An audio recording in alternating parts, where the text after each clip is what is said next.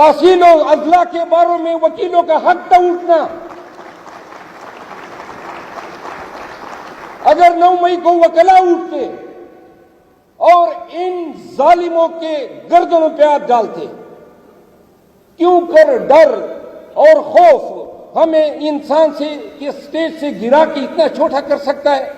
کیا ہو جائے گا قوم کے لیے اور قوم کی حریت کے لیے، قوم کی آزادی کے لیے کس نے آگے آنا ہے؟ سب سے پہلے تو وکلا کا فرض ہے. اور 9 مئی میں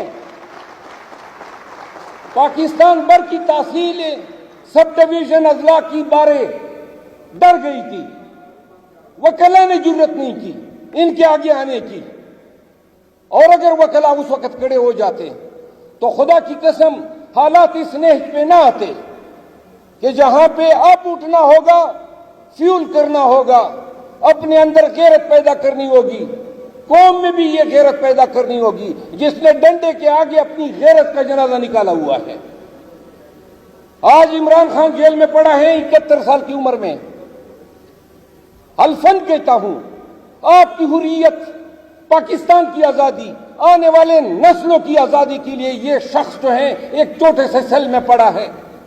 کوئی اس کی ذاتی انٹرسٹ نہیں ہے. اگر یہ اپنی مثال رقم کر سکتا ہے، کیوں ہمیں اپنی جانیں، اپنی آزادیاں اتنی عزیز ہیں؟ آج جس طرح نام ہے نو اور نیور، آج وقت ہے قوم فیصلہ کرے. یا ہم نے اٹھنا ہے یا پھر گھٹنے ٹیکنے اور ماتھا ٹیکنا ہے.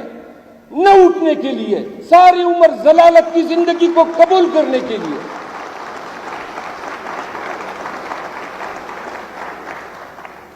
قانون کا اتنا مذاق پاکستان کی تاریخ میں کبھی نہیں اڑایا گیا.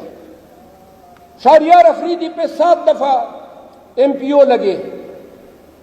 اسد قیصر کے 24 سکول اور کالجز ہیں، تمام کالجز کو بند کیا گیا. اسد قیصر پہ 9 مقدمات درج کیے گئے. میں ایک MNA کا نام گنوا سکتا ہوں، ایک لیڈر کا نام گنوا سکتا ہوں. ان کے خاندانوں کے ساتھ ان کے گھروں سے املاک اٹھائی گئی. ثوابی کا ایک MPA ہے منسٹر کا، شاہرام ترکی، اس کے گھر پہ اسلام آباد میں پولیس نے چھاپا مارا.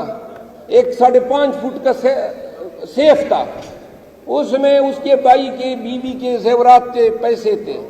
وہ 5.5 فٹ کا سیف جب کھولا نہ جا سکا تو خرادی کو لے آئے. اس نے رات کے 11:30 بجے وہ سیف کاٹا، سب کچھ لوٹ کر لے گئے.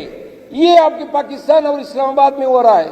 میں نے اس واقعے کا FIR IG اسلام آباد کے خلاف سیکشن جج سے آرڈر لیا.